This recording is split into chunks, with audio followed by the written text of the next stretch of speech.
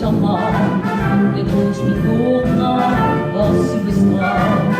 En die vertrouwde, wat was ze schoen. Dit is niet idee om ze aan te doen. De koude kinderen, trok zich te druk. En ze vrij en wie geluk.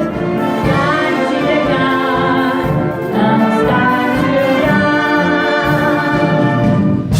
Zaten drie.